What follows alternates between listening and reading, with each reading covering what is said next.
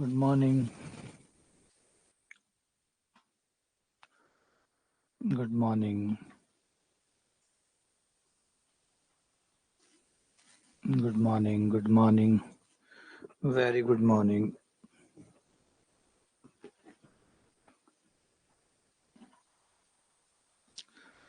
राधे राधे. राधे राधे. राधे राधे. जय श्री राधे. जय श्री कृष्णा. आ जाओ. आज हम करने वाले हैं अवकल समीकरण में एक और प्रकार की अवकल समीकरण. एक और प्रकार की अवकल समीकरण जिसका नाम है युगपत रेखिक अवकल समीकरण. युगपत रेखिक अवकल समीकरण.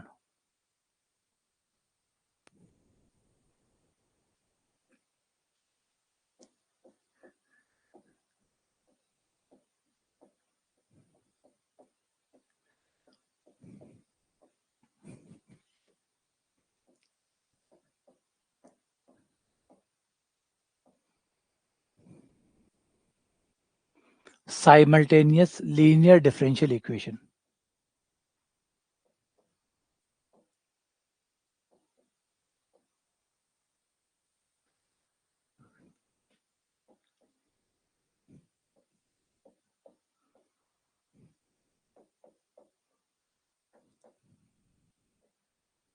Simultaneous linear differential equation. इनमें क्या होता है, देखिए नाम सुना हुआ है आपने, युगपत रेखिक अवकल समीकरण.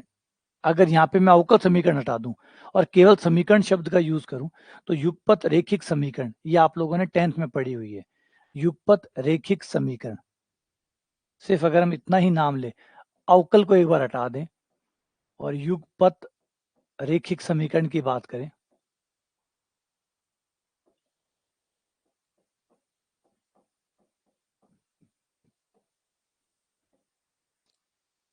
तो ऐसे समीकरण को हम युगपत रेखिक समीकरण कहते हैं. तो जोड़े में होते हैं, दोनों के दोनों रेखिक होते हैं. मतलब जैसे x हो गया, y हो गया, दोनों ही एक एक पावर के होते हैं. दोनों ही एक एक पावर के. जैसे 2x + 3y बराबर 5, 4x + 7y बराबर 6. अब ये जो समीकरण है ये युगपत रेखिक समीकरण है. युगपत रेखिक समीकरण. अब यहाँ पे रेखिक इसलिए कहा गया कि x पे भी एक पावर आती है, y पे भी एक पावर आती है. x और y कभी गुणा नहीं होते, क्योंकि गुणा होने से एक और एक दो पावर बन जाएगी, इसलिए गुणा नहीं होते. तो एक x का पद होता है एक पावर का, एक y का पद होता है एक पावर का, एक अचर पद होता है. तो इस टाइप के समीकरण को हम युगपत रेखिक समीकरण कहते हैं. और इनको सॉल्व करने का भी हमारे पास कई तरीके थे, जिसमें से एक विधि थी विलोपन, एक थी प्रतिस्थापन, और जैसे जैसे आगे पढ़ते चले जाते हैं तो और भी विधियां आ जाती है, जैसे आव्यूह विधि, इसके बाद में क्रेमर नियम, उसके बाद में Gauss elimination method and dash dash dash. आप पत्ते खोलते जाइए, नए नए तरीके और आते जाएंगे. ठीक है. तो इन समीकरण को हम, ये युगपत रेखिक समीकरण होती थी. अब इसमें एक थोड़ा सा ऐड कर देते हैं, चुटकी भर अवकलन. तो अवकलन और डाल दें तो ये बन जाएगी युगपत रेखिक अवकल समीकरण. यानी अब आपको सिर्फ x और y नहीं दिखेंगे, बल्कि इनके अवकलन भी मिलेंगे. इनके अवकलन भी मिलेंगे. मान लीजिए कोई t है, t के सापेक्ष x का और y का अवकलन भी है, x और y का अवकलन भी शामिल है. ठीक है, t के सापेक्ष. तो यहाँ पे मैं d यूज करूंगा. d का मतलब होगा t के सापेक्ष अवकलन. यानी अब आपको जो समीकरण मिलेंगी वो ऐसी मिलेंगी जिसमें x का और y का अवकलन भी होगा. मतलब इस टाइप की.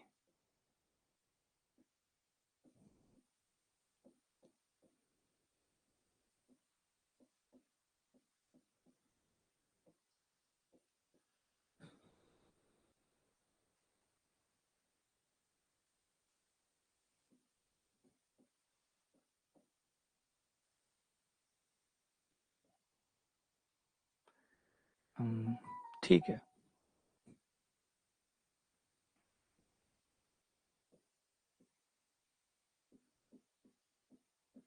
बस इतना सा फर्क है, ज्यादा नाम थोड़ा बड़ा दिख रहा होगा, बाकी कुछ नहीं है.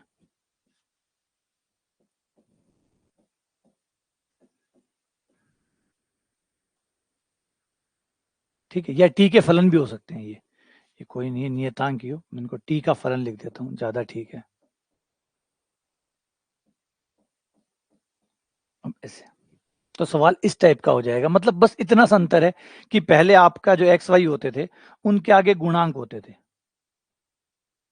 अचर पद।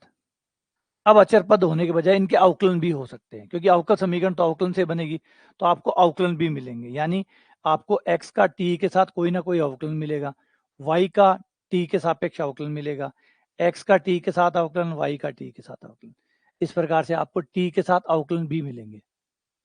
ठीक है, इसमें आपको t के सापेक्ष अवकलन भी मिलेंगे, x का भी t के साथ अवकलन मिलेगा, y का भी t के साथ अवकलन मिलेगा। इस टाइप के आपको समीकरण प्राप्त होगी। तो इस समीकरण में से आपको x और y निकालना है, जैसे यहाँ निकालते थे, है ना, एक्स वाई, तो यहाँ तो सीधा निकल जाता था, क्योंकि यहाँ तो नियतांक नियतांक थे, तो नियतांक थे तो नियतांक काट लिए, नियतांक घटा लिए और एक्स वाई का मान निकल गया। लेकिन यहाँ पे अवकलन भी बीच में आ रहा है, तो आपको अवकलन हटाना पड़ेगा। तो इसमें थोड़ा सा कॉम्प्लिकेटेड हो जाएगा, क्योंकि इसके बजाय ये मुश्किल हो जाएगा, क्योंकि एक्स वाई का मान तो निकालना ही निकालना है, साथ ही साथ आपको अवकलन को हटा के निकालना होगा, तो ये थोड़ा सा लेंदी होगा, है ना। बहुत लंबे सवाल हो जाते हैं ये, लेकिन अनफॉर्चुनेटली ऐसा सवाल एक बार पूछा गया है। अभी मैं आपको दिखाऊंगा एक सवाल करके कि देखो इसकी लेंथ कितनी हो जाती है, लेकिन पेपर में आया हुआ है। इसका एक रूप और होता है, एक अन्य रूप और होता है, जिसे भिन्न रूप कहते हैं। dx बटा p, dy बटा q और dz बटा r, इसे भिन्न रूप कहते हैं। युगपत रेखिक समीकरण का भिन्न रूप, ये रूप भी अच्छे से पूछा जाता है, ये भी पूछा जाता है, ये भी बढ़िया सवाल है। dx बटा पी, डी वाई बटा क्यू, डी जेड बटा आर, ये दो वेराइटी है इसके अंदर, दोनों ही करेंगे, है ना। इसी का नाम है, इसी को अगर जब बट्टे में बदलते हैं, याद आता होगा इसको, आप परिमेयकरण करके एक विधि आती थी जिसको कहते थे वज्र गुणन विधि। वज्र गुणन विधि में आप क्या करते थे, एक्स बटा वाई बटा जेड बटा इस तरीके से लिख लेते थे ना। तो बस यही है, इसी चीज को आप इस तरीके से भी लिख सकते हैं, सेम टू सेम है। जैसे ही इसको आप वज्र गुणन विधि द्वारा एक्स बटा वाई बटा, है ना, अचर एक बटा इस तरीके से लिख पाते थे ना, सेम यहाँ पे भी ऐसा का ऐसा ही काम करेगा। तो इस चीज को ऐसे भी लिखा जा सकता है। ठीक है, आ जाओ एक सवाल करके देखते हैं, कैसे सवाल आते हैं वो समझ में आ जाए।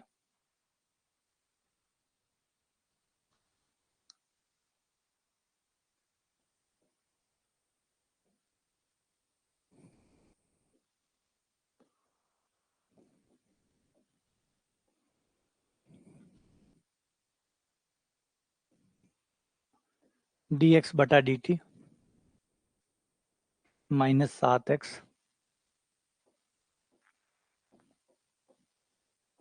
प्लस वाई बराबर 0। Equation number 1। इक्वेशन नंबर 2 है D Y by D T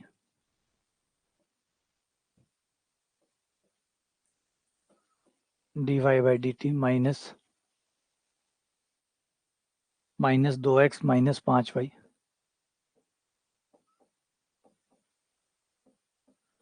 बराबर 0। अब ये दो समीकरण है, इन दोनों समीकरण को सॉल्व करके x और y का मान निकालना है, x का मान और y का मान। तो ये काफी अच्छा खासा सवाल हो जाता है। तो करना क्या है, सबसे पहले तो x को एक साथ रखो, y को एक साथ रखो, और बाकी जो और पद बच गए x और y के अलावा उसको अलग साइड में रखो। और जो d अपॉन डी टी है, d अपॉन डी टी, उसे कैपिटल D लिखो, उसे कैपिटल D लिखो। तो ये हो जाएगा आपका dx -7x प्लस वाई बराबर 0। हो गया। अब इनमें से आप कॉमन लेके लिख सकते हो, कॉमन मतलब एक बार बाहर लेके लिख सकते हो, x दोनों के साथ आ रहा है तो एक साथ बाहर करके लिख दिया। ये इक्वेशन नंबर 1, ये इक्वेशन फर्स्ट बन गई। अब इक्वेशन सेकंड भी ऐसे ही बना लो, डी वाई -2x -5y बराबर 0। x के पदों को पहले लिख लो, फिर y के पद लिख लो,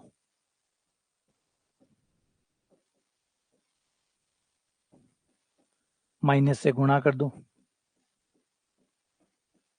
बस क्रम से लिख लो पदों को ग्रुप बना के।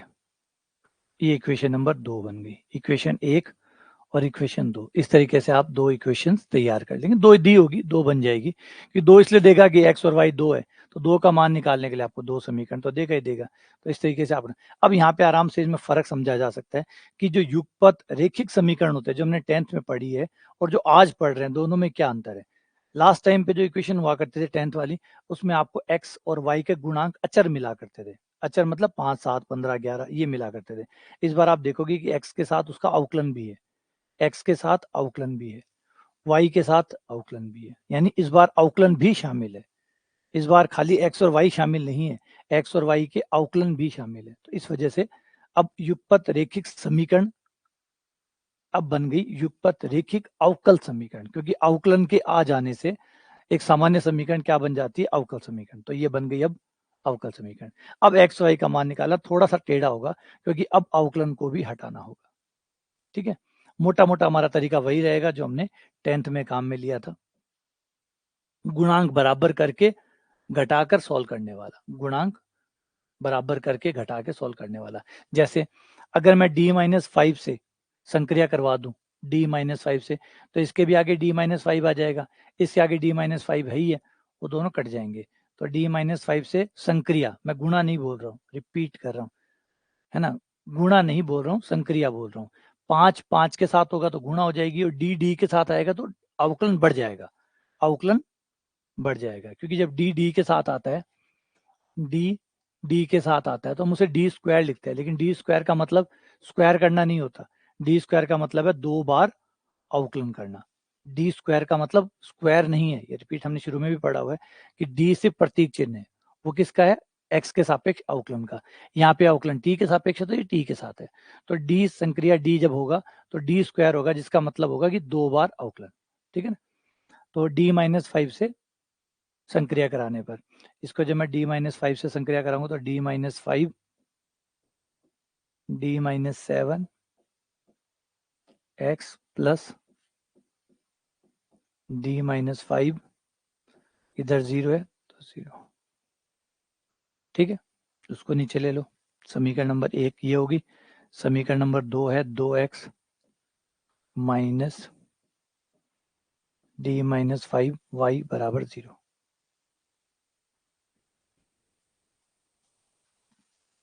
दोनों समीकरण को जोड़ने पर ये कट गया, यहां से x कॉमन आ गया,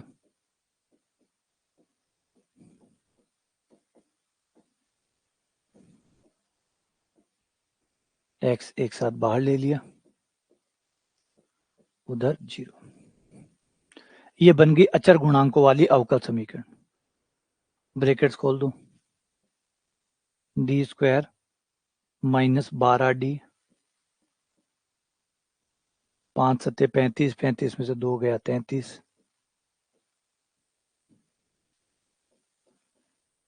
ये अचर गुणांकों वाली अवकल समीकरण बन गई। अचर गुणांकों वाली अवकल समीकरण। ठीक है, आगे बात समझ यहाँ पे।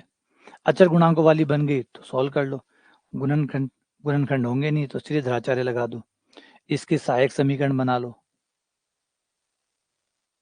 सहायक समीकरण m square minus 12m plus 33,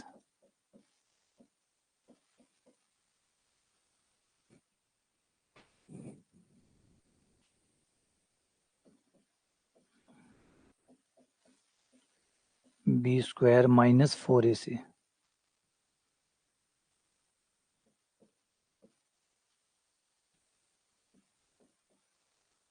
एक बार देख लेना मैंने कोई गलती तो नहीं की ना।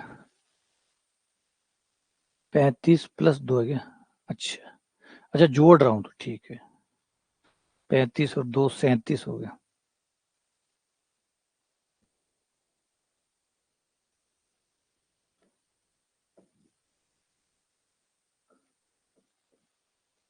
सैंतीस हो गया।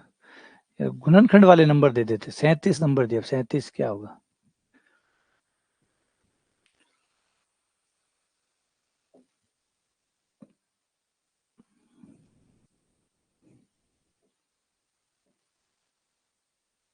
सैंतीस गुना 4, 148, सही है, प्लस माइनस 2 आइटा बटा 2, 6 प्लस माइनस आइटा, 6 प्लस माइनस, ठीक है, इतना बुरा तो नहीं है, ठीक है, चला लेंगे। x बराबर हो गया, पी आई देखो होगा नहीं क्योंकि बराबर में 0 है, इसलिए पी आई होगा नहीं, केवल सी एफ होगा, है ना। x बराबर C F plus P I, तो सी एफ हो जाएगा आपका e की power alpha x, alpha 6t, क्योंकि x ये टी में है, अवकलन जो है ना टी में, अवकलन टी में है, तो आंसर भी टी में आएगा, c1 cos t plus c2 sin t,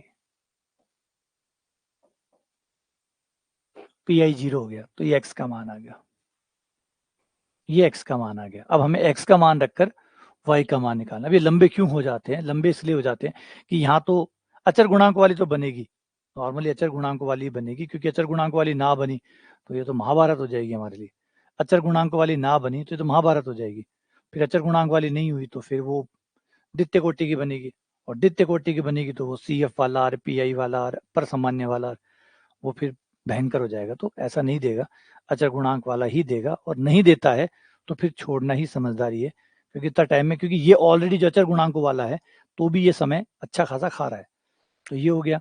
उसके बाद में यहाँ आओगे, फिर अगर मान लो उसका सी एफ और पी आई दोनों है तो आपको सी एफ भी निकालना पड़ेगा और पी आई भी निकालना पड़ेगा, दोनों मिला के आपका एक्स का आंसर आएगा। हाँ, ये बात तो जरूर है कि दोनों आंसर तो नहीं पूछेगा, एक पूछेगा कि एक्स बताओ या वाई बताओ, तो कोई एक निकाल दो, जो भी पूछे, जो भी पूछे दूसरे वाले को हटा दो, वो वाला निकाल लो, मतलब एक्स पूछे तो वाई को हटवा दो, और वाई पूछे तो एक्स को हटा दो, बस।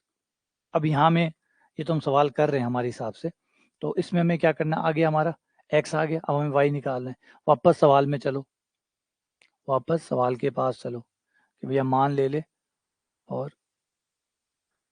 हमें आंसर दे दे, वो रहा समीकरण नंबर 1 में x का मान रख के y का मान निकाल लेते हैं।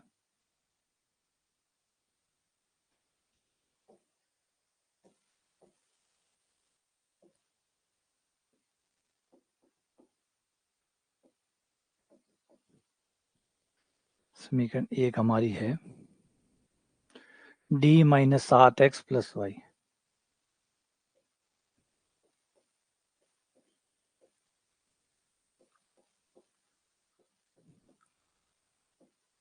y बराबर हो गया, इसको इधर भेज दो, d माइनस 7x, ब्रैकेट्स खोलने पर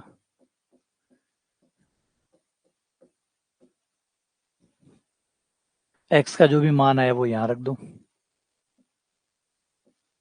d का मतलब है अवकलन, वो भी t के साथ, x का मान है e की power 6t c1 cos t plus c2 sin t,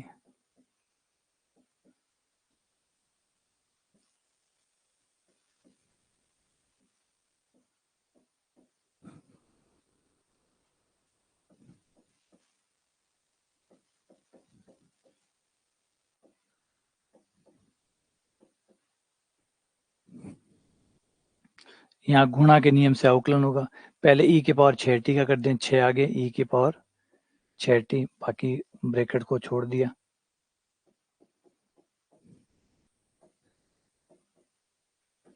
फिर e की पावर 6t को छोड़ दिया, इनका अवकलन किया, c cos का हो गया minus sine T, sine T का cos t,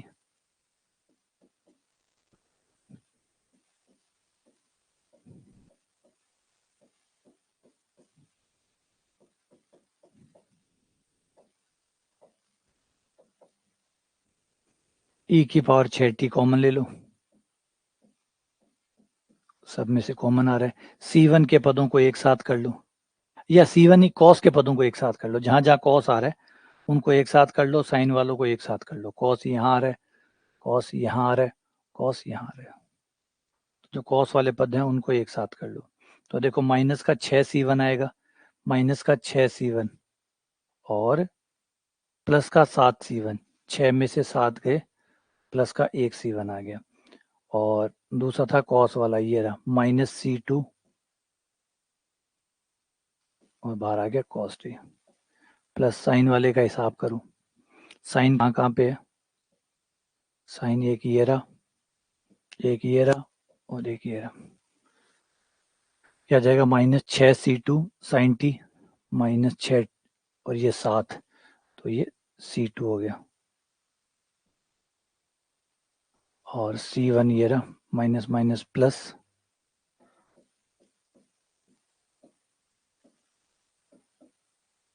ये आंसर आ गया आपका y, x एंड y। तो लंबा जाता है काफ़ी, क्योंकि इतना बड़ा नहीं पूछेगा, क्योंकि दोनों पूछेगा तब तो इसको करने का कोई फ़ायदा नहीं बनता, क्योंकि बहुत लेंदी हो जाता है।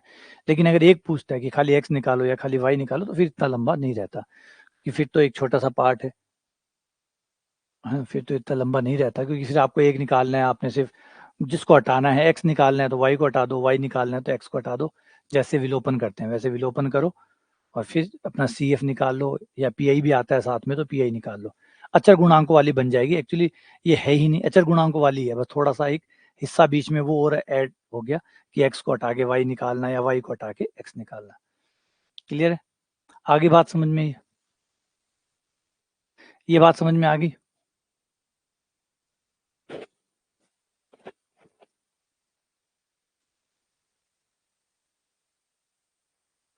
हाँ, नहीं ज़्यादा परेशान करने वाला नहीं है, ऐसा नहीं है ज़्यादा। कभी पूछा तो गया, देखो ये मना नहीं है कि नहीं पूछा गया, पूछा गया है सवाल।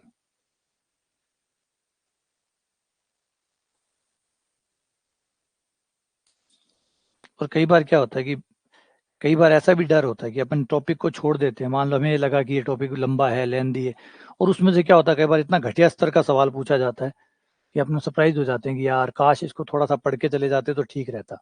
ऐसा हो जाता है, इसलिए आप किसी भी टॉपिक को एकदम नहीं छोड़ सकते कि एकदम मैं ये छोड़ दूं कि हाथ ही ना लगाऊं, क्योंकि कई बार पेपर बनाने वाला उस टॉपिक में से जो टॉपिक आप पढ़ के गए हैं, मान लो आपने अच्छा माना कि ये अच्छा है, स्ट्रांग है, आप उसको पढ़ के चले गए, उसमें से उसने ऐसा सवाल पूछ लिया जो पकड़ में ही नहीं आ रहा, और जो टॉपिक आप नहीं पढ़ के गए थे उसमें से एकदम ईजी पूछ लिया, जैसे ये सवाल है, इस सवाल में तो हो सकता है कि पेपर में ये पूछ लेगा एक्स का मान निकालो, एकदम आसान, एक्स का मान निकालना तो आसान ही था, एक्स का मान निकाल ले, और हम सोचे नहीं नहीं यार इतना बड़ा है ये, इस पर बड़ा ही आएगा, तो जरूर थोड़ी बड़ा आएगा, इस सवाल का कोई छोटा टुकड़ा भी तो पूछ सकता है, अगला अगला घुमा फिरा के छोटा हिस्सा भी पूछ सकता है इसका, है ना? तो इसलिए एटलीस्ट हर जो भी टॉपिक आप अगर मान लो छोड़ना भी चाहें, कोई टॉपिक छोड़ना भी चाहें, तो उसके सरल सवाल जो है ना वो तो जरूर कर लें, जो इजी क्वेश्चन है ना एटलीस्ट वो तो कर लें, क्योंकि अगर इजी क्वेश्चन आ जाता है, और आ ही जाता है, बहुत बार आ जाता है, बहुत बार हम एक्सपेक्ट करते हैं कि यार ये टॉपिक बहुत टफ है, बहुत टफ टॉपिक से बहुत ईजी सवाल आ जाता है, और बहुत ईजी टॉपिक से बहुत टफ सवाल आ जाता है, तो जिसपे हम कॉन्फिडेंस कर रहे होते हैं वहां से गड़बड़ हो जाती है, और जहाँ से हम छोड़ के आए थे वहाँ पे अच्छा हुआ, लेकिन करने का फ़ायदा नहीं मिला। तो कम से कम भी पूरा मत मत पढ़ो, जो लंबे सवाल है, लेंदी सवाल है, जो लगे कि अगर ये पेपर में आ भी जाते हैं, तो भी मैं नहीं कर पाऊँगा, तो उनको छोड़ दो, कोई दिक्कत नहीं। लेकिन कई सवाल ऐसे भी तो होंगे ना, जो अगर पेपर में आ जाते हैं, तो आप कर पाओगे। जैसे अभी ये तो हो सकता है आराम से, तो ये हो सकता है एटलीस्ट ईज़ी सवाल तो उसके पढ़ ही लो, क्योंकि ईज़ी आ जाए तो फ़ायदा तो मिले, वरना यूँ ही स्किप हो गया। ठीक है? चलो, आगे बढ़ते हैं। अगले क्वेश्चन में आते हैं। इसका भिन्नात्मक रूप लेते हैं।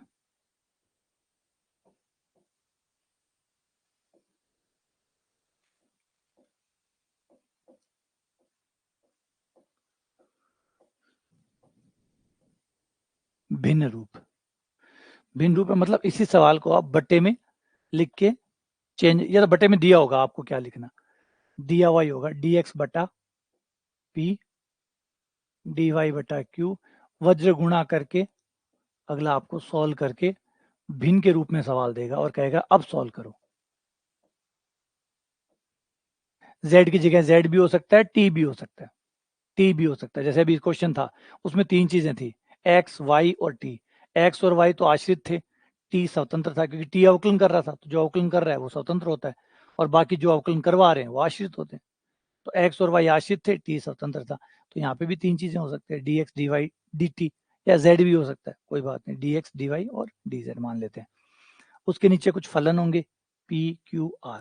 अब हमें इनका सॉल्यूशन करना है। इनके सॉल्यूशन में हम क्या करेंगे, दो सॉल्यूशन निकालेंगे, दो दो सॉल्यूशन इसके निकाल लेंगे। दो क्यों निकाल रहे हैं, अभी भी याद करो तो हमने दो निकाले थे, अभी भी देखो तो हमने 2 निकाले थे, एक C1 आया और एक C2 आया। C1 C2 आया वो कंफर्म करता है कि हमने सवाल को सॉल्व करने के लिए 2 बार हल किया गया होगा, कि 2 बार हल नहीं करते तो C1 C2 कैसे आते? तो इसका मतलब 2 बार हल हुआ होगा। ठीक है, वो कोई और विधि हमने लगा दी, हमें नजर नहीं आई समाकलन वाली विधि, समाकलन होता हुआ नहीं दिखा होगा, लेकिन निश्चित तौर पे अगर उसके प्रूफ को पढ़े, जो विधि हमने लगाई है चर गुणांकों वाली, जिसमें हम AI निकाल लेते हैं, अगर उसको व्युत्पत्ति में जाके देखो तो आपको समाकलन दिख जाएगा।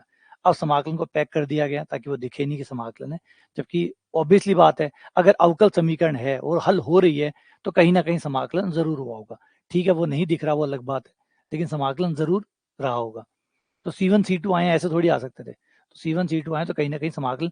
अब बंदे ने क्या किया कि उन्होंने वो सारा सॉल्व करके सिंपल विधि बना के आपको दे दी कि ये काम में ले लो, इससे सॉल्व कर लेना, और बाकी सारा जो जहर था वो पी गया, सारा जहर वो पी गया। जैसे मैंने हमेशा कहता हूँ कि आप कोई भी गेम खेलते हैं या व्हाट्सएप यूज करते हैं, तो इसमें क्या होता है, आपको लगता है कि आपने ये यहाँ से क्लिक किया, ये शेयर हो गया, ये हो गया, ये आपको इतना आसान लग रहा है, लेकिन जो पीछे प्रोग्रामर है उसको हर बात के लिए कोड लिखना पड़ता है, हर बात के लिए coding coding coding coding, plus उसकी इक्वेशंस बनानी पड़ती है, प्लस उसको आपस में इंटरेक्ट करवाना पड़ता है, प्लस उसको टेस्ट करना पड़ता है, हजारों चीजें होती है जो वो पीछे कर रहा होता है।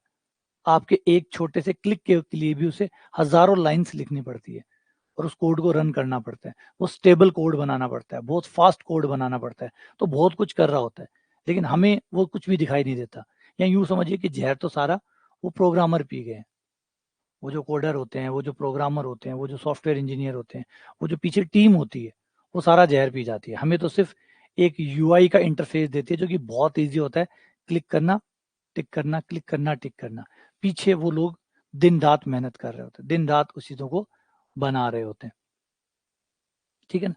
तो वही इंपॉर्टेंट चीज यहाँ पे भी है कि जो आप, अगर आप देख रहे हो कि CFPI, ये जो CFPI आप देख रहे हैं एक्चुअल में ये ओरिजिनल नहीं है, ओरिजिनल में तो समाकलन नहीं मिलेगा, जड़ में जाके देखोगे तो समाकलन नहीं मिलेगा। आप चाहे मोबाइल पे कुछ भी देख रहे हो, पीछे जब जाएंगे तो आपको बहुत सारी इक्वेशंस नजर आएंगी। मैंने आपको दिखाया भी है यहाँ पे, डेस्मोस के अंदर दिखाया, डेस्मोस तो एक छोटा सा एग्जाम्पल है इसका। अगर ये तो बहुत बहुत छोटा है, ये जो डेस्मोस प्रोग्रामिंग है ये तो बहुत बहुत लेवल दर्जे की प्रोग्रामिंग है, जो बहुत एडवांस प्रोग्रामिंग होती है, जैसे पाइथन है, आर होती है, जावा होती है, .NET होती है ना, SQL होती है, ओरेकल होती है, ढेर सारी लैंग्वेजेस है। उनके अंदर जाके आप जो कोडिंग्स को देखते हैं तो हैरत हो जाते हैं कि इतनी सारी कोडिंग, इतने सारे कोड्स लिखने पड़ते हैं, और प्लस हर कोड को दूसरे कोड के साथ कैसे काम करेगा वो, क्योंकि कंप्यूटर आपकी भाषा नहीं समझता, आपको उसकी भाषा समझनी है और उसकी भाषा में ही उसे समझाना है, और वही समझाना है जो आप चाहते हो, तो बहुत मुश्किल काम होता है। तो यही चीज है कि जो हो रहा है पीछे समाकलन हो रहा है, नहीं दिखाई दे रहा वो अलग बात है। जैसे व्हाट्सएप चलाते टाइम आपको नहीं दिख रहा होगा कि पीछे कोड है, लेकिन पीछे ढेर सारे कोड है। सेम ऐसे ही C1 C2 अगर आया है तो बिना समाकलन के नहीं आ सकता, तो समाकलन जरूर आया होगा। और 2 C1 C2 है, बस आप ये देख सकते हैं कि अगर C1 C2 2 है तो इसका मतलब 2 समाकलन जरूर आए होंगे। और एक उल्टा और समझाता हूँ आपको, अगर आपका आपका कोई भी, इसे एक छोटे से एग्जाम्पल से समझ लीजिए कि अगर आप कि इन्हें देखें, प्रोग्रामिंग के ऊपर प्रोग्रामिंग होती है, प्रोग्रामिंग के ऊपर प्रोग्रामिंग होती है, जैसे पाइथन है ये। अब क्या हो गया है, अब आप एक लैंग्वेजेस पे आते हैं, जैसे सबसे पहले होती है मशीन लर्निंग, जिसे मशीन लैंग्वेजेस बोलते हैं। मशीन लैंग्वेजेस में आप 0 1 0 1 0 1 0 1 करते हैं। एक प्रोसेसर होता है आपका, जो इंटेल का जिसको आप कहते हैं, इस प्रोसेसर को एक प्रोग्राम देना पड़ता है जिसको मशीन प्रोग्रामिंग कहते हैं। मशीन प्रोग्रामिंग में अगर आप कुछ भी लिख रहे हैं, फॉर एग्जाम्पल अगर आप अपना नाम भी लिख रहे हैं तो आप अपना नाम भी ऐसे लिखते हैं, 1 0 0 1 0 1 0 1 0। ये है, इसका मतलब होगा मैं मशीन को बोल रहा हूँ माई नेम इज अमित, तो उसको ये समझाना पड़ता है। तो सबसे पहले आते हैं आपका प्रोसेसर, जिसको ये समझ में आता है, जिसको ये समझाते हैं, तो वो एटलीस्ट इंटेलिजेंट हो जाता है कि अब वो समझ सकता है कि माई नेम इज अमित का क्या मतलब होता है। फिर आती है उसके ऊपर दूसरी लैंग्वेजेस, जिसे हम इंटरमीडिएट लैंग्वेजेस बोलते हैं, बीच वाली लैंग्वेजेस बोलते हैं, जो बेसिक होती थी, आज वो भी नहीं चलती, क्योंकि वो भी काम लोगों ने कर दिया है। मतलब धीरे धीरे हमारा सारा हेडेक कम होता जा रहा है, सारे रेडीमेड आने लग गए। पहले प्रोसेसर, प्रोसेसर के ऊपर की जो मशीन लर्निंग है उसका काम इंटेल या जो AMD प्रोसेसर वाली कंपनी है या एनवीडिया कंपनी है वो खुद ही करके दे देती है, वो खत्म।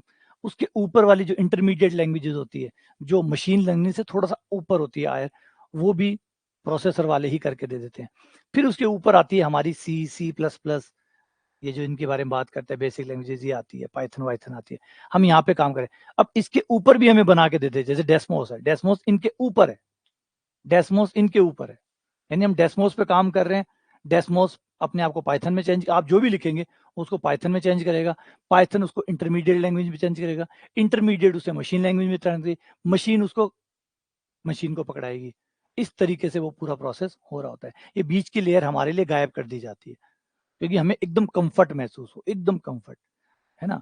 आज आप बताइए कि एक चीज एग्जांपल ले लेते हैं कि एक गाड़ी 10 लाख की आती है, एक गाड़ी 1 करोड़ की आती है, दोनों में क्या अंतर होता है? एक गाड़ी 1 लाख की आती है, एक गाड़ी 1 करोड़ की आती है, दोनों में क्या अंतर है?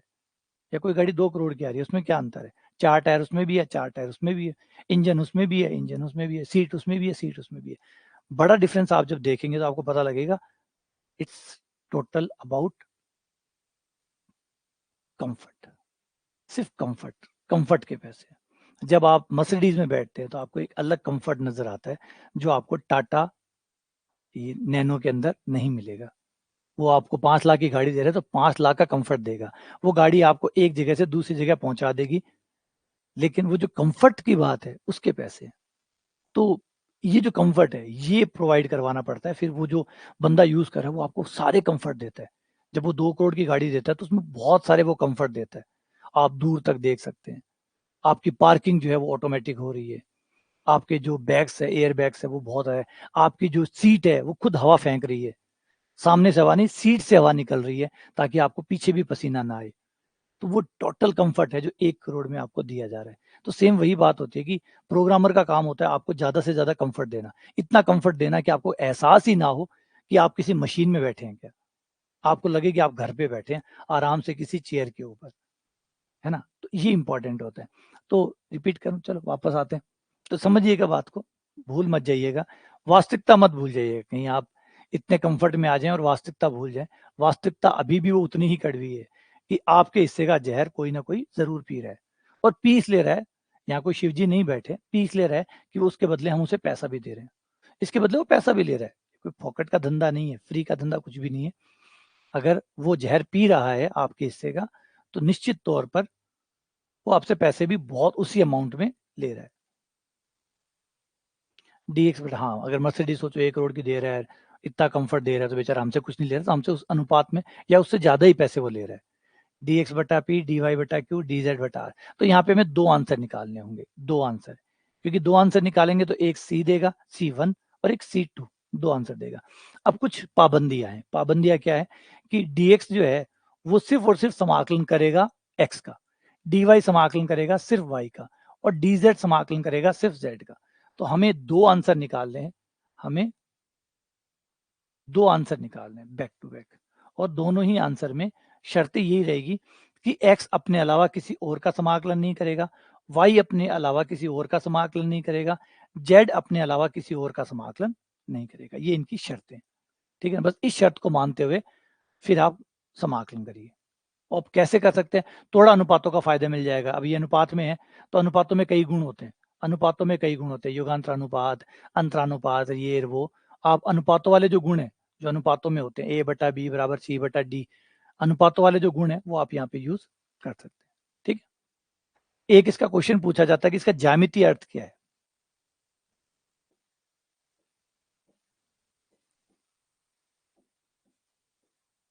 पहले भी एक बार ये सवाल आया है कि इसका क्या अर्थ क्या है, मतलब क्या है। अगर आप मान लो कोई अवकल समीकरण इस तरीके से लिखी हुई है, डी एक्स बटा पी डी वाई बटा क्यू डी जेड बटा आर, इस तरीके से लिखी हुई है, तो इसका अर्थ क्या है?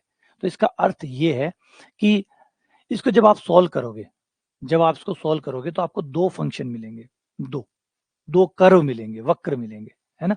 मैंने जैसे भी बताया था इसके 2 उत्तर निकालेंगे, तो इसके 2 उत्तर निकलेंगे। मान लो पहला उत्तर आया F1 x y z बराबर C1, ये आपका पहला आंसर आया। दूसरा आंसर आया F2 x y z बराबर C2, ये 2 आंसर आए। अब दोनों आंसर का कोई ना कोई तो चित्र बनेगा, दोनों का कोई ना कोई तो चित्र बनेगा। पहला वक्र भी कोई ना कोई डायग्राम बनाएगा, दूसरा वक्र भी कोई ना कोई डायग्राम बनाएगा। तो जब हमने ग्राफ में दर्शाएंगे तो ये कोई ना कोई चित्र बनेगा। तो मान लेते हैं ये F1 का चित्र है, और ये मान लेते हैं F2 का चित्र है। अंदाजे से कुछ भी बना रहा हूं, बस बात समझ जाओ कि F1 और F2 का कोई तो चित्र बनेगा, और चित्र बनेगा तो जिस बिंदु पर ये दोनों भाई साहब काटेंगे,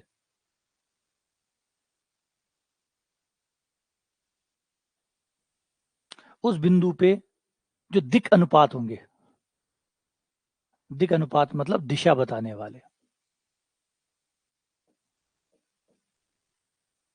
दिक् अनुपात वेक्टर में बताया था मैंने, दिक् अनुपात होते हैं दिशा के आधार नंबर, दिक् अनुपात होते हैं दिशा के आधार नंबर। तो जो दिक् अनुपात होते हैं वो पी क्यू आर, ये जो पी क्यू आर है इसके समानुपाती होंगे। किसी भी बिंदु पे दिक् अनुपात पी क्यू आर के समानुपाती होंगे।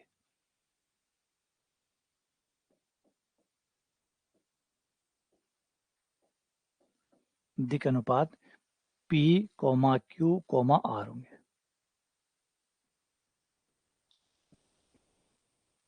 ये जो दोनों वक्र बनेंगे, जो हल बनेंगे, हल के जो वक्र होंगे, उन वक्र के बिंदु पर जो दिक् अनुपात बनेंगे वो दिक् अनुपात पी क्यू आर के समानुपाती होंगे। ठीक है, अब चलो सवाल पे आते हैं। इसको एज ए क्वेश्चन काउंट कर लेना,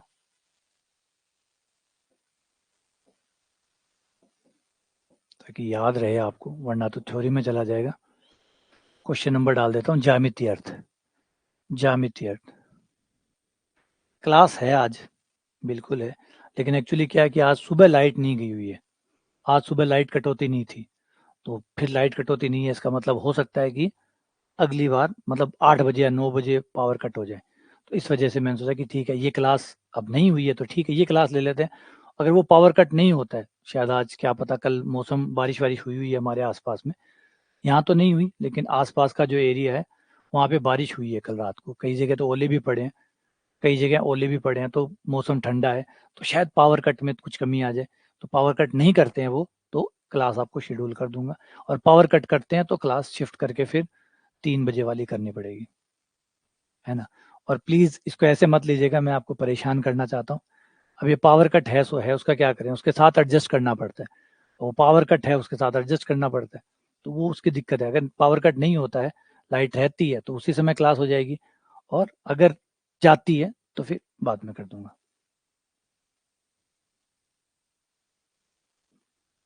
आ जाओ वापस से। तो हमें, अच्छा हुई बारिश हुई है ना, कल तो यार मौसम ठीक रहा था, हवाएं अच्छी आ रही थी। चलो आ जाओ सवाल करते हैं।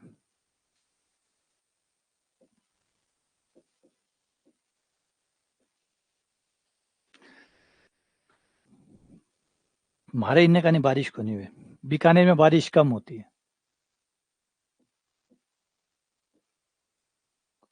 कहा जाता है कि यहाँ पे पूरे सीजन में 2 या 3 ही बारिश होती है।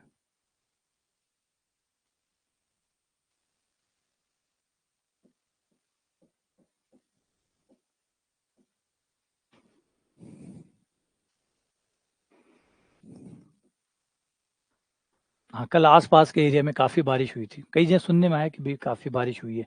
हमारे यहाँ तो एक बूँद भी नहीं पड़ी, और पड़ती भी नहीं है यहाँ पे, क्योंकि ये जो इलाका है, ये इलाका मोस्टली सूखा रहता है, बारिश न के बराबर। बीकानेर बहुत बड़ा है, इसलिए पूरा बीकानेर नहीं, जहाँ हम रहते हैं जिस साइड में, पूरा प्रॉपर बीकानेर में, वहाँ पे बारिश औसतन नहीं होती है, और पूरी टोटल बारिश में 2 या 3 बार कहते हैं कि बारिश यहाँ पे होती है। मुझे तो भी ज़्यादा पता नहीं है, क्योंकि मैं तो पिछले 1.5 साल से यहाँ पे हूँ। लेकिन जब मैं पहले चूरू रहा करता था, चूरू में मुझे पता है, चूरू में लगभग बारिश हो जाती थी। चूरू में लगभग बारिश होती थी। वहाँ पे बहुत, चूरू को कहते हैं कि चूरू गर्म था, हाँ, बहुत गर्म था, सबसे ज़्यादा गर्म था, सबसे ज़्यादा ठंडा था। लेकिन एक चीज़ बहुत अच्छी थी चूरू में, वो थी लगभग-लगभग बारिश होती रहती थी। थोड़ी हो, कम हो, हल्का-सा गर्म हुआ, गर्म होते ही बारिश हो जाती थी। थोड़ा-सा भी गर्म हुआ, मतलब 2 दिन गर्मी पड़ी, तो शाम तक बारिश आ जाती थी। किसी दिन आँधी आ गई, तो ऐसा नहीं है कि खाली आँधी आके चली गई। आँधी आई, तो थोड़ा-सा ही बारिश हो, बारिश होती थी। हल्की-फुल्की बारिश हो, बारिश होती थी। मिट्टी हवा में नहीं रहती थी। तो वहाँ पे ये अच्छा था। गरम भयंकर था, ठंडा भी भयंकर था। सबसे ज़्यादा ठंडा, सबसे ज़्यादा गर्म में आता था। लेकिन बारिश एक ठीक थी, प्रॉपर बारिश होती थी वहाँ पे। प्रॉपर ज चूरू के अंदर। चूरू के आस-पास में तो फिर वही दिक्कत आएगी। यहाँ बड़ी कमज़ोरी है। हाँ, इस बार देखते हैं। भगवान करे बारिश हो जाए, क्योंकि बारिश का तो अलग ही रहता है। आ जाओ, अब इसमें देखो, इसमें समाकलन वाली शर्त याद रखना, समाकलन की एक ही शर्त है कि भाई आप करो समाकलन, लेकिन किसी और का किसी और के साथ नहीं कर सकते, किसी और का किसी और के साथ नहीं कर सकते। और दो उत्तर निकाल के देने होंगे, एक उत्तर से चलेगा नहीं, दो उत्तर निकाल के देने होंगे। तो देखो मैं इन दो अनुपात को ले लेता हूँ, पहले और दूसरे अनुपात को लेने पर, और अगर मैं वज्र गुणा करूं अनुपात नंबर 1 और अनुपात नंबर 2 को लेके इनकी वज्र गुणा करूं, तो x का पद x की ओर चला जाएगा, y का पद y की ओर चला जाएगा, और ये समाकलन हो जाएगा, ये समाकलन हो जाएगा। तो अब मैं समाकलन कर दूंगा, तो एक्स स्क्वायर बटा 2 वाई स्क्वायर बटा 2 प्लस समाकलन नियतांक c1। बस एक ही शर्त है, एक ही शर्त है, 2 से गुणा कर दो, 2c1 आ गया, 2c1 को c1 डैश कह दो या वापस c1 कह दो, नियतांक नियतांक ये एक आंसर आ गया। अब ऐसा ही एक आंसर और निकालो, ऐसा ही एक आंसर और निकाल के दो, ठीक है ना। एक आंसर और निकाल के देना, दो आंसर निकाल के देने पड़ेंगे, एक हो गया C1 वाला, एक और निकाल के, तो कैसे भी निकालो, है ना। लेकिन शर्त वही एक है कि आप क्या नहीं कर सकते, आप y का y के साथ ही कर सकते हैं, किसी और के साथ समाकलन नहीं कर सकते। हर कोई अपने ही अवयवों का, अपने ही सदस्यों का समाकलन करेगा, बस ये शर्त है। अब मैं किसको लूं, जिसको भी ले रहा हूं दिक्कत आ रही है, अब मैं जिसको भी लेता हूं दिक्कत आती है। लेकिन एक चीज मैं कर सकता हूँ, एक कमाल है मेरे पास, मैं अनुपातों के गुणों का इस्तेमाल करूं। अनुपातों में गुण होते हैं, अनुपात में अगर a बटा बी बराबर c बटा डी हो, तो आपको बहुत सारी चीजें पता होती है कि a बटा बी अगर c बटा डी के बराबर हो, तो इनका जोड़ a बटा सी बी बटा डी वो भी उसी अनुपात में होता है, इनका जोड़ भी उसी अनुपात में होता है। अगर a बटा बी बराबर c बटा डी हो, तो ऊपर ऊपर वालों का जोड़, नीचे नीचे वाला जोड़, इनका अनुपात भी वो भी उसी अनुपात में होता है जिस अनुपात में आपके ए बी और सी डी। अच्छा, इन दोनों को घटा दो, वो भी उसी अनुपात में होता है।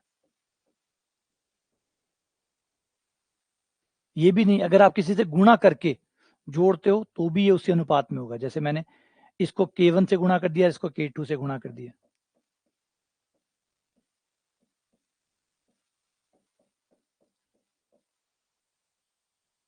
किसी से गुणा करके जोड़ दिया, किसी से गुणा करके जोड़ दिया तो भी हो जाएगा, ऐसे ही,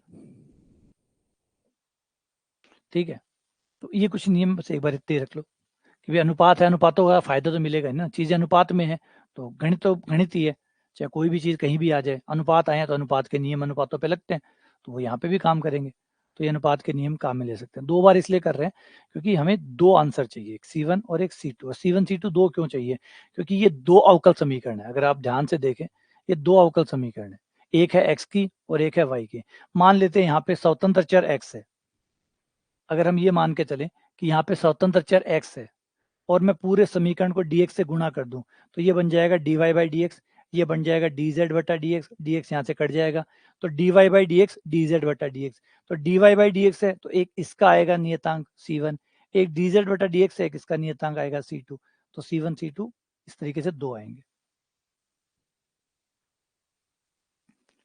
ठीक है। तो अब यहाँ पे हम क्या करें, यहाँ पे एक काम करते हैं, ये अनुपात में है ही, बराबर इन दोनों को जोड़ लेते हैं, dx बटा dy बराबर x प्लस वाई, ये बराबर है तो मैंने इनको जोड़ लिया, dx प्लस डी वाई बटा X plus Y, dx plus D Y बटा एक्स प्लस वाई, हो गया। अब आप इन दोनों को सॉल्व करोगे तो सॉल्व हो जाएंगे अनुपातों के नियम काम में लेने पर। अनुपात कहते हैं अगर अनुपात बराबर होते हैं तो उनका जोड़ जो है, उनका अनुपात भी उसी अनुपात में आता है, उनके जोड़ों का अनुपात भी उसी अनुपात में। तो मैंने इन दो को ले लिया, इन दोनों को जोड़ा और जोड़ का जो अनुपात आया वो भी इसी, इन ये तीनों जिस अनुपात में उसी अनुपात में वो भी आएगा। तो इनके बराबर में एक पंक्ति इसकी बन जाएगी, एक ये खड़ा।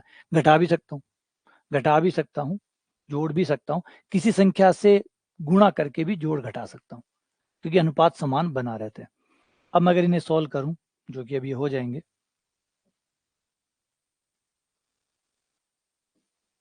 समाकलन करने पर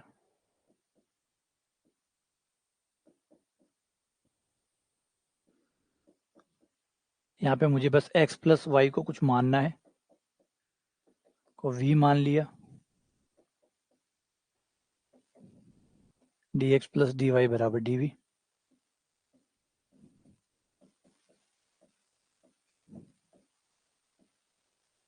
ये आ गया log z, ये आ गया log v प्लस समाकलन नियतांक log c2।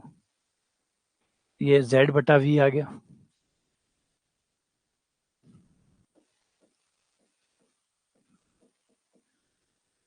log c2, log से log कट गया, z बटा v का मान हो गया x प्लस वाई बराबर c2। ये दूसरा आंसर आ गया। अब इसमें कई आंसर आ सकते हैं, ये याद रखिएगा, ऐसा नहीं है कि आपने जो दो निकाले हैं बस वही दो है, आप इससे और भी आंसर निकाल सकते हैं। और आंसर कैसे?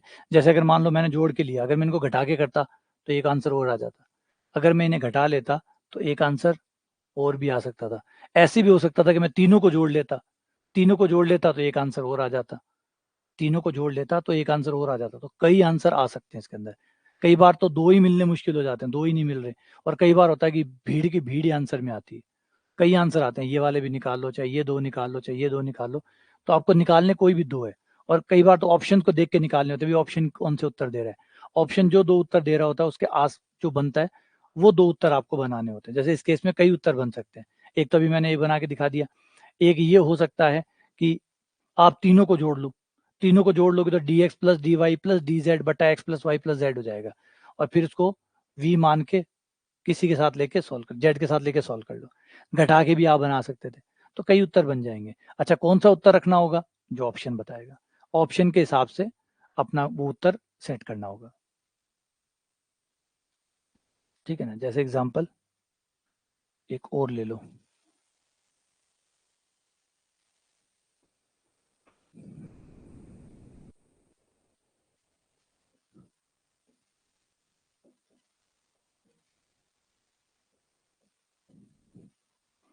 जैसे ये सवाल लो। अब इस सवाल में आप बहुत सारे उत्तर निकाल सकते हो,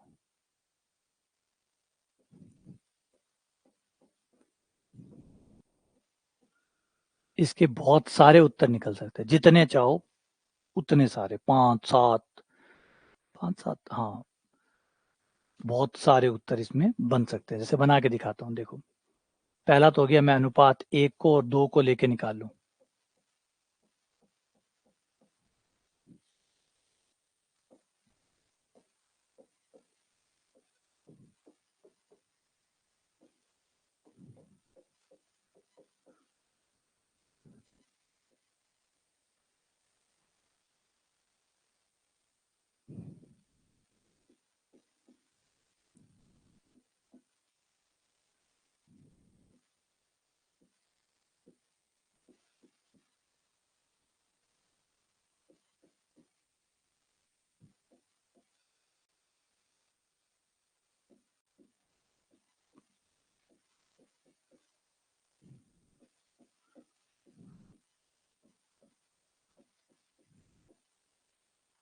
एक ही आ गया, एक ही आ जाएगा कि भाई फर्स्ट और सेकंड को लिया था, अब मैं सेकंड और थर्ड को ले लेता,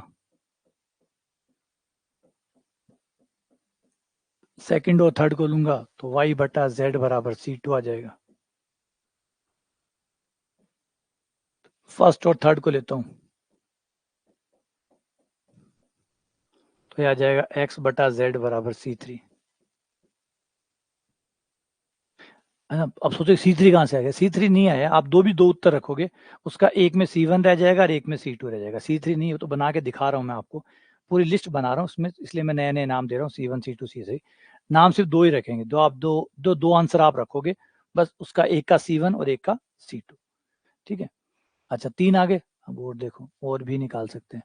अगर मैं इन अनुपातों को जोड़ लूँ, फर्स्ट और सेकेंड अनुपात को जोड़ लूँ, तो dx बटा dy, ये लो, ये अनुपात नंबर 4 बन गया। और अनुपात 3 और 4 को, या 1 और 4 को मैं काम में लेता हूं,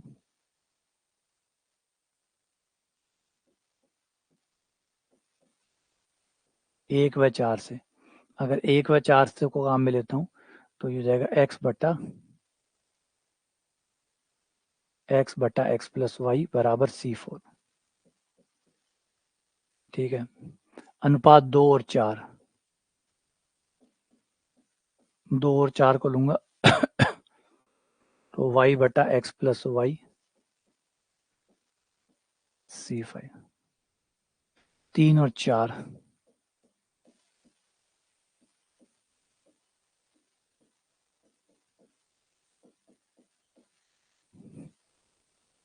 ठीक है। अब एक इनको जोड़ा है तो इनको घटा के भी बना सकते हो।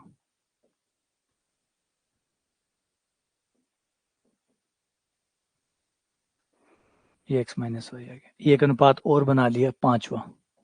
अब वही है, फर्स्ट और 5 को लेके, पहले और 5वें को लेकर, दूसरे और 5वें को लेकर, तीसरे और 5वें को लेकर, चौथे और 5वें को लेकर, और 4 उत्तर बन जाएंगे। फिर ये होगा कि भाई इन दो को ही क्यों जोड़ा, पहले और दो को ही क्यों जोड़ रहे हो, पहले दो को ही क्यों घटा रहे हो, दूसरे तीसरे को भी तो जोड़ सकते हो। ये मांग भी उठेगी, तो इस मांग को पूरा करने के लिए ये भी बन जाएगा। फिर ये उठेगी कि जोड़ ही क्यों रहे हो, घटा क्यों नहीं रहे हो, तो घटाने की मांग को पूरा करने के लिए एक अनुपात और बन जाएगा। फिर कोई कहेगा सीधा क्यों जोड़ रहे हो, सीधा क्यों जोड़ रहे हो, 2 से गुणा करके क्यों नहीं जोड़ रहे हो। चलो उस डिमांड को पूरा करते हैं। 2 से गुणा और 3 से गुणा करके जोड़ने पर, तो 2 dx प्लस 3 dy बटा 2x प्लस 3y। तो ये आंसर पे आंसर, आंसर पे आंसर, आंसर पे आंसर चलते रहेंगे, इन गणित आंसर बन जाएंगे आपके। ठीक है, लेकिन याद रखिएगा, अगर ये मत सोचिएगा कि ये जो आंसर है ये सारे के सारे एकदम अलग अलग आंसर है। ये अलग अलग आंसर नहीं है, एक्चुअल में ये 2 ही आंसर है। रूप बहुत सारे हैं, रूप बहुत सारे हैं, आंसर 2 ही है। 2 ही आंसर के अनंत रूप है। मतलब अगर आप कोई भी इनमें से 2 आंसर लेके चले तो हर तीसरे चौथे आंसर को आप उन 2 से बना सकते हैं। तो यहाँ जो बाकी आंसर है वो स्वतंत्र नहीं है, गिनती में बढ़ा रहे हैं, सिर्फ सिर्फ गिनती बढ़ा रहे हैं। आपकी गिनती जो है वो बढ़ रही है, 4 आंसर आ गए, 5 आंसर आ गए, 6 आंसर आ गए, 7 आंसर। यहाँ से कोई भी 2 आंसर से आप बचे हुए सारे आंसर निकाल सकते हैं। कोई भी 2 आंसर अगर आप उठा लें तो उन 2 आंसर से कोई भी आंसर आप बना सकते हैं। तो यहाँ पे स्वतंत्र आंसर नहीं है, ये गिनती में बढ़ रहे हैं। गिनती बढ़ रही है, 50 आंसर आ गए, 100 आ गए, जबकि आंसर 2 ही है, एक्चुअल में 2 ही है। अच्छा 2 कौन से, कोई से भी 2, कोई से भी 2 रख लो, बस वो 2 ओरिजिनल है। उन 2 से आप किसी को भी बना सकते हैं।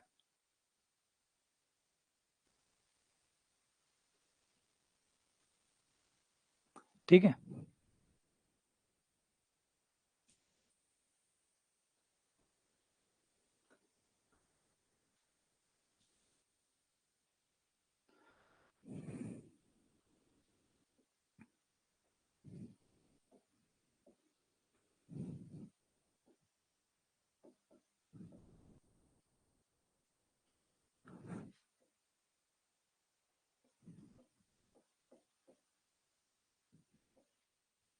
dx बटा 1 dy बटा 3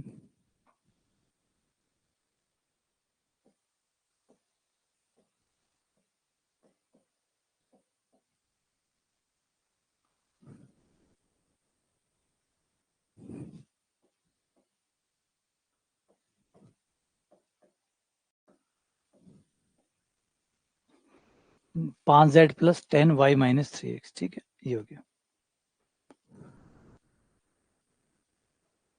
अब यहाँ पे 2 आंसर निकालने हैं, तो पहले तो इन 2 से निकल जाएंगे, फर्स्ट और सेकंड से ही।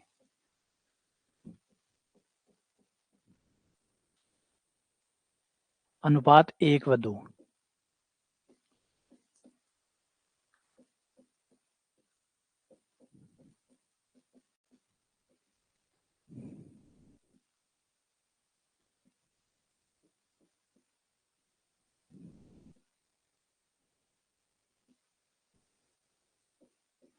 तीन को इधर भेजो तो इधर भेज दो, इधर आ जाए यार। तो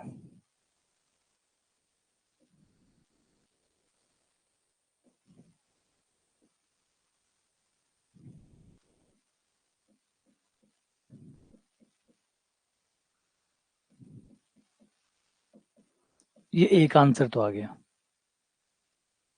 अब दूसरा आंसर, अब यहाँ क्या होता है कि दूसरा आंसर जब निकालने जाएंगे तो थोड़ी प्रॉब्लम आएगी। दूसरे आंसर में प्रॉब्लम आएगी। पहला आंसर तो बड़ा खुशी खुशी और आराम से निकल गया। अब दूसरा आंसर क्या दिक्कत देगा कि इसको आपको, अब ये 2 तो आप ले चुके, ये तो आ गया एक आंसर। अब तो आंसर इससे तो नहीं आएगा। आप फर्स्ट या थर्ड को लेंगे या सेकंड और थर्ड को लेंगे। तो फर्स्ट तो dx बटा 1 हो गया, dy बटा 3 हो गया, ये तो परफेक्ट है। लेकिन इसमें देखें तो इसमें z के साथ आपका y और x भी आ रहा है।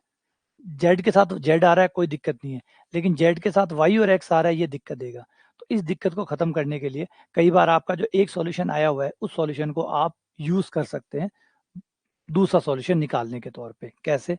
देखो, इसमें से मैं कोई भी 1 और 3 को ले लेता हूँ।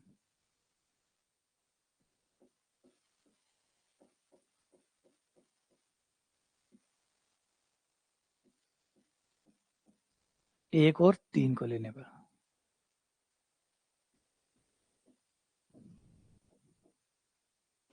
और मेरा जो पहला आंसर है वो मुझे मदद करेगा दूसरा आंसर निकालने में। अब हम y माइनस 3x की जगह c1 रख देंगे क्योंकि हमें निकाला हुआ है y माइनस 3x जो है वो c1 के बराबर है, तो यहाँ पे c1 रख दो, 10 c1, ये हो गया। ठीक है, अब दिक्कत नहीं, अब कर लो समाकलन। अब z के साथ सिर्फ z ही है, x के साथ अचर पद है या खाली x है, बस कोई और नहीं होना चाहिए, जो कि नहीं है। तो लोग 5z प्लस 10c1 बटा 5 प्लस समाकलन नियतांक c2। अब आप वापस से c1 का मान रख दो।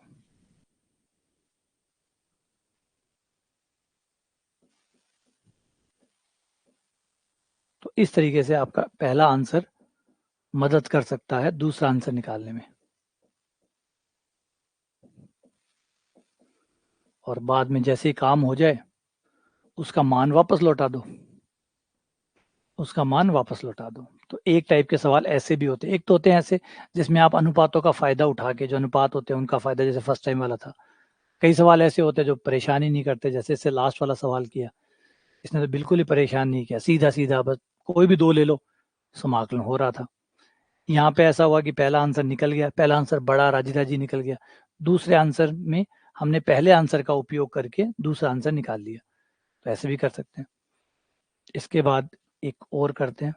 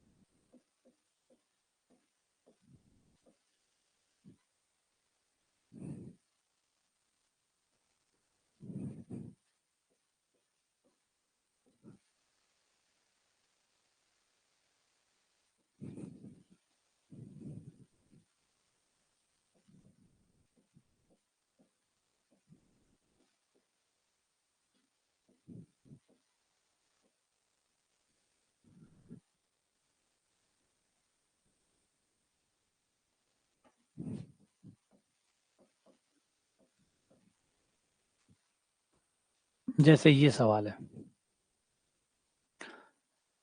तो इसको हम कैसे करें?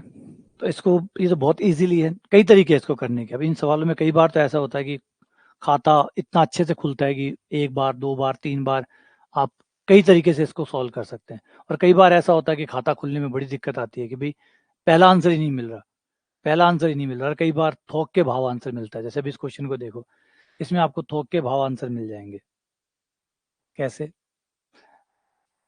जैसे यहाँ देखो, तो अगर मैं फर्स्ट और सेकंड को लूं तो मेरा फर्स्ट और सेकंड से ही मेरा समाकलन बन जाएगा, सेकंड और थर्ड से भी बन जाएगा, फर्स्ट और थर्ड से भी बन जाएगा। मैं कोई भी दो ले लूं तो मेरा समाकलन बन जाएगा।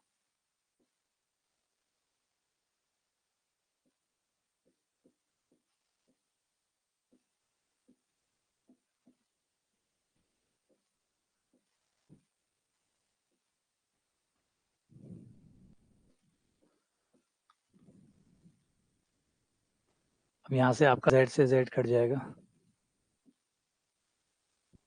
x को इधर ले आओ,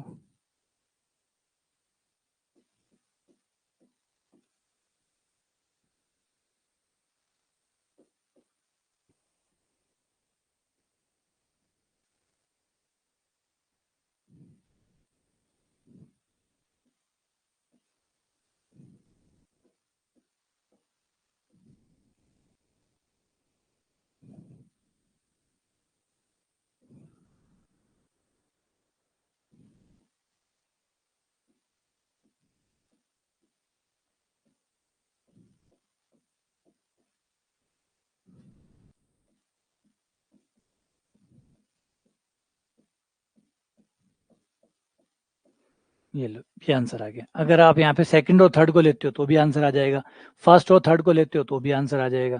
तो यहाँ पे ये 3 आंसर तो यहाँ पे आ जाएंगे, लेकिन और भी इंटरेस्टिंग आंसर इसके अंदर है।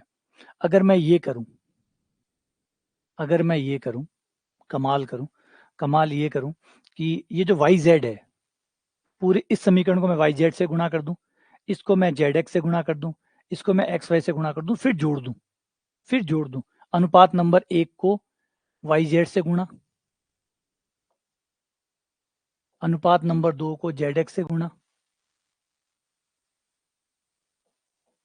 और अनुपात 3 को मैं एक्स वाई से गुणा करके जोड़ दूं, जो कि मैं कर सकता हूं। अनुपातों में तो ये चीजें कॉमन है।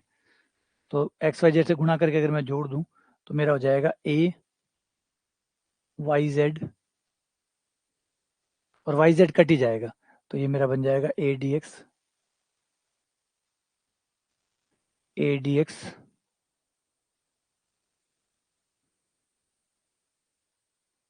Plus B D Y plus C D Z बटा, ये मेरा कट गया, वाई जेड कट गया, तो ये मेरे पास बचा बी माइनस सी, ये मेरा बचा सी माइनस ए, और ये मेरा बचा ए माइनस बी से बी कट गया, सी से सी कट गया, ए से ए कट गया, ये जीरो। अब जीरो होते ही क्या होता है कि एक कमाल हो जाता है, जीरो होते ही अब आपको दूसरे अनुपात की जरूरत नहीं पड़ती। अगर जीरो हो गया तो आपको दूसरे अनुपात की जीरो जरूरत नहीं पड़ती, क्योंकि नीचे जीरो आया है। अब नीचे जीरो आया तो कोई भी अनुपात इसके साथ में ले लो, कोई दिक्कत नहीं, क्योंकि ये जीरो है, ये जीरो होते ही ये सबको जीरो कर देगा। तो बराबर में कौन है इससे कोई फर्क नहीं पड़ेगा, तो एटलीस्ट आपकी दूसरे पर निर्भरता खत्म हो गई। अगर जीरो बन गया तो ये बहुत मतलब आदर्श स्थिति कहलाती है, आइडियल कंडीशन कहलाती है। अगर आपने कोई रूल ऐसा लगा दिया जिससे नीचे जीरो आ गया तो मौज होगी, बल्ले बल्ले, क्योंकि नीचे जीरो आने का मतलब समझ रहे हैं आप, नीचे जीरो आ गया वो वज्र गुणा होगा, तो उधर जो भी होगा वो सिर्फ डमी बन जाएगा, मतलब अर्थहीन हो जाएगा। तो अब आप इसके साथ कोई भी लो, कोई फर्क नहीं पड़ेगा। अब ये अनुपात नंबर आपका 4 बन गया। अब अनुपात नंबर 4 के साथ बेरोक टोक आप कुछ भी ले लो, इस अनुपात के साथ आप कुछ भी ले लो, कोई दिक्कत नहीं, क्योंकि वज्र गुणा होगा वो उसको जीरो कर देगा। ये गया और इसने जीरो कर दिया, कुछ भी अनुपात 4 के संग, कुछ भी जो आपके मन में आए वो ले लेना, क्योंकि अब फर्क पड़ना बंद हो गया।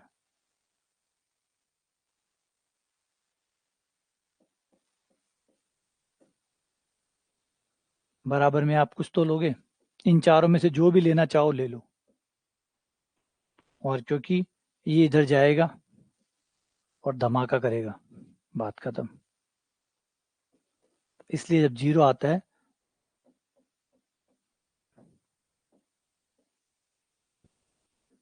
जीरो अणु बीकानेर में बारिश होना जिसवे,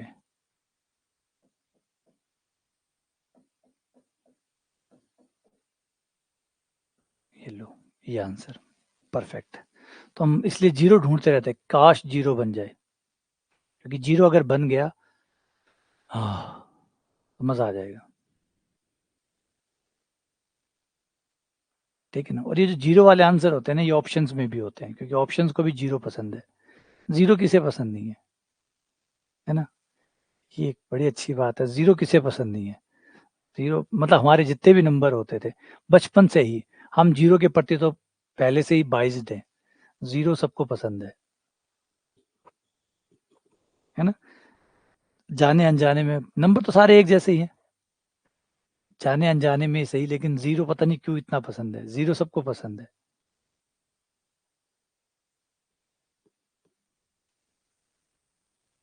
ना। शून्य, क्योंकि ये हमारी गणितीय समस्या को कम कर देता है। एक तो मुझे तो ये लगता है कि हमें इसलिए पसंद है कि हमारी ये बहुत सारी गणितीय समस्याएं जो होती है उसको खत्म कर देता है। जीरो आते ही मतलब ऐसा लगता है कि कमाल कर दिया हमने, कुछ बड़ा अचीव कर लिया, है ना। लेकिन कई जगह जीरो अच्छा भी नहीं लगता, कई जगह अच्छा लगता है, कई जगह अच्छा नहीं लगता, कई जगह ऐसी भी है।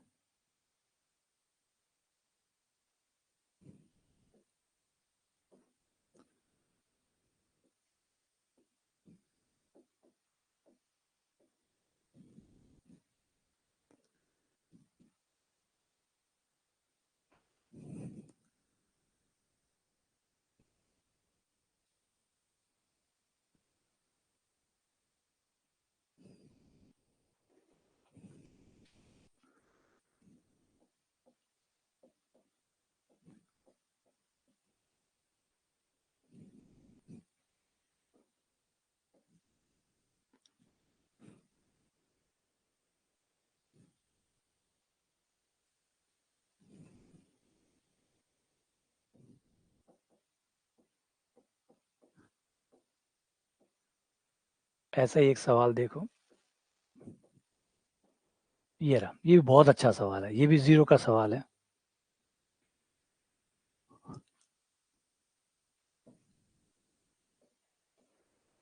और एक चीज और बताऊं आपको, देखो जीरो जो है, जीरो वो आपको दो जगह मिलता है। जीरो आपको दो जगह मिलता है। एक जीरो होता है जो गणित वाला होता है, एक जीरो होता है जो इंग्लिश में है, जिसको ओ कहते हैं। इंग्लिश में ओ कहते हैं। आजकल बड़ा प्रचलन है कि जीरो को ओ कह के पुकारा जाता है। आप देखेंगे जब 7.0 लिखा हुआ है तो 7.0 नहीं बोलते लोग, उसको 7.0, 2.0, मतलब कोई वर्जन है, किसी चीज में कोई वर्जन आया। जैसे भी मोदी जी एग्जिट पोल में बता रहे हैं कि मोदी जाएंगे, तो वो बोला 3.0 है ना। 3.0, वैसे 3.0 हुआ, 3.0 कहाँ हुआ, लेकिन एक बड़ा प्रचलन चला है। जैसे उसकी गाड़ी आती है, महिंद्रा की गाड़ी आती है, 700 आती है, 700 करके आती है, लेकिन 700 नहीं बोलते, 700 बोलते हैं। XUV 700। तो एक प्रचलन चला कि ओ बोला जाए, जबकि ओ में और जीरो में अंतर है, क्योंकि ओ जो है वो इंग्लिश का अल्फाबेट है, और जीरो जो है वो हिंदी का एक मैथ्स का, गणित का एक संकेत है।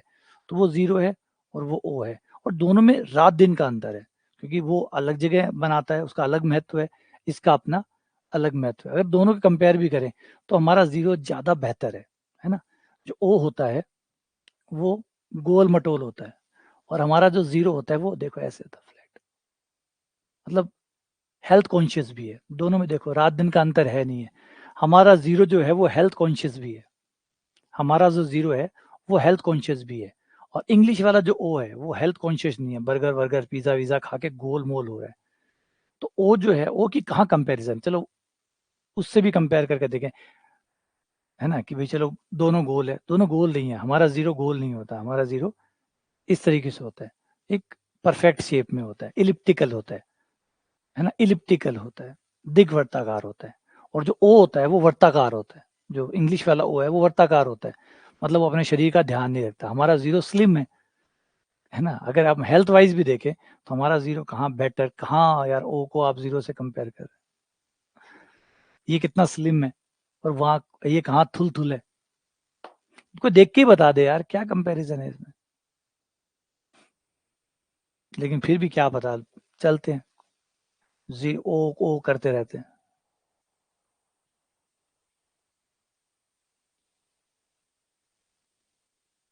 हाँ, हम गलती करते हैं, लेकिन ये नहीं होता, ये जीरो ऐसा होता है, ऐसा गोल नहीं होता, कि गोल बनाने में आसान होता है इसलिए हम ये बना देते हैं। एक्चुअल में जीरो ये होता है, जीरो आप ऐसे बनाते हैं, दिग्वर्ताकार बनाते हैं, है ना। वाई एक्सिस वाला जो दिग्वर्त होता है उसमें होता है आपका, ये दिग्वर्त होता है, और ये वृत्त होता है। कभी अपने कीबोर्ड पे टाइप करो ना, तो अपने कीबोर्ड पे जब टाइप करो तो देखिए। अब देखो इसमें मैं सीधा ना सोल्व करके मैं इसके कई रिजल्ट बना देता हूँ। पहले तीनों अनुपातों को जोड़ने पर, तीनों अनुपातों को सीधे जोड़ने पर ये जीरो आ गया, ठीक है। अच्छा, एक काम और करते हैं, तीनों अनुपातों को एक्स वाई जेड से गुणा करके जोड़ने पर, एक्स वाई जेड से गुणा करके जोड़ने पर दो जीरो आ गए।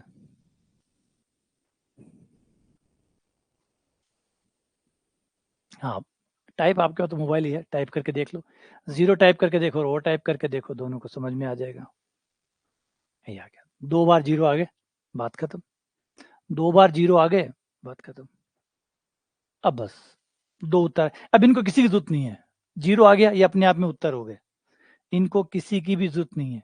इनके साथ आप क्या ले रहे हैं कोई फर्क नहीं पड़ता, जो भी लोगे वो तहस नहस हो जाएगा।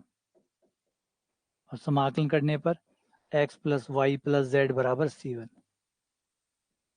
और यहाँ आ जाएगा एक्स स्क्वायर बटा दो, वाई स्क्वायर बटा दो, जेड स्क्वायर बटा दो बराबर C2,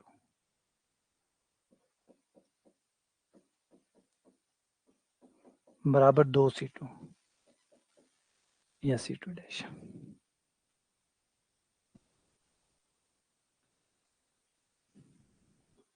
x plus Y plus Z बराबर C1, X square plus Y square plus Z square बराबर C2 डैश। तो ये आपके दो हो गए, ठीक है। जीरो आने के बाद बस जीरो ढूंढते रहते हैं कि जीरो मिल जाए। कोई भी ऐसा इन अनुपातों को जोड़कर, घटाकर, किसी से गुणा करके जोड़ें और जीरो आ जाए, क्योंकि जीरो आ गया फिर बराबर में कोई फर्क नहीं पड़ता कौन है, आपके आंसर आ जाएंगे। ठीक है, क्या पूछे? इसमें कुछ नहीं किया, इसमें सिर्फ हमने एक्स वाई जेड से गुणा किया था। इसको मैंने एक्स वाई जेड से गुणा किया था।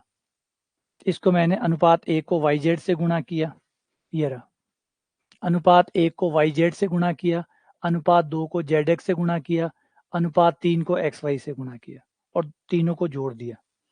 अनुपातों को गुणा करने पर, एक को वाई जेड से गुणा करने पर, एक को जेड एक्स से गुणा करने पर, एक को एक्स वाई से गुणा करके जोड़ दिया और जोड़ते ही नीचे वाला जीरो हो गया।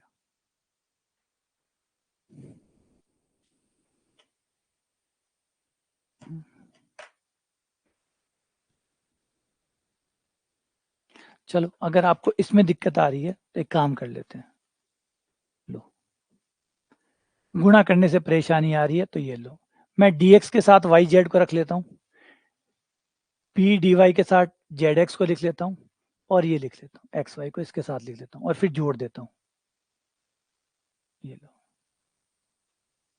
जोड़ने पर अब अगर मैं जोड़ूंगा तो ये हो जाएगा a dx बटा वाई जेड इसके साथ है प्लस b dy बटा Y Z Z X plus C D Z बटा एक्स वाई, और बटे ऊपर ऊपर वाले जुड़ गए, नीचे नीचे वाले जुड़ जाएंगे, b माइनस सी प्लस सी माइनस ए प्लस ए माइनस बी। अब ये ए से ए कट गया, बी से बी कट गया, सी से सी कट गया। अब ये आ जाएगा, इसको आप एक्स वाई जेड से गुणा कर दो, एक्स वाई जेड से गुणा कर दो, एक आंसर आपका यहाँ आ जाएगा। ठीक है ना, इस तरीके से अलग अलग करोगे तो हो जाएगा। तो यहाँ पे भी हमने ऐसे ही किया, यहाँ पे भी इस तरीके से किया, एक्स वाई जेड से गुणा किया, जोड़ दिया। ठीक है, चलो इसके बारे में आज थोड़ा बहुत पढ़िएगा, थोड़ा सा इसके और एक्स्ट्रा पढ़िएगा, इस पे सवाल पिछली बार जो पढ़ाया हुआ उन सवालों को करिएगा। बाकी एक क्लास और लेंगे इसके ऊपर, इसमें काफ़ी वेराइटी है, 2-4 वेराइटी और है, उसको और कवर करेंगे। एक अभी कोई कह रहा था प्राचल विचरण विधि, हाँ यार वो मिस हो गई, वो रह गई, पढ़ाई बिना ही रह गई वो। तो ठीक है, अगली क्लास जब लेंगे तो एक बार प्राचल विचरण विधि पढ़ा देंगे। वैसे कोई खास बात नहीं है, लेकिन फिर भी पढ़ लो, क्योंकि पेपर में बहुत लंबी होती है प्राचल विचरण विधि, वो मतलब 2-2 पेज 3-3 पेज इतनी बड़ी हो जाती है, क्योंकि पहले आप उसको एक नॉर्मल तरीके से सॉल्व करते हैं, फिर प्राचल विचरण लगाते हैं, तो वो बहुत लेंदी हो जाती है, तो नए के बराबर है, करने लायक है नहीं वो। लेकिन फिर भी क्या पता उसमें से कुछ थ्योरी पूछ लें, तो इसलिए ज़रूरी हो ही जाती है। तो कुछ मिस हो गया प्राचल विचरण विधि, वो हम अगले लेक्चर में उसको भी ले लेंगे, प्लस इसके जो और रूप बच रहे हैं थोड़े बहुत उनको भी ले लेंगे। ठीक है, हाँ वेक्टर की क्लास अभी शेड्यूल नहीं है, वो शेड्यूल हो जाएगी। ठीक है।